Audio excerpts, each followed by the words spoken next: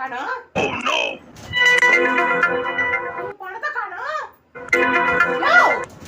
யாரும் பீரோல இருந்து பணத்தை நகையெல்லாம் எடுத்து போயிட்டாங்கயா? எங்கயா உங்க? யோவ்! வாயா வெளிய. ஒருவேளை வேலைக்காரி. என்னாச்சு? ஏன் பதற? என்னாச்சு?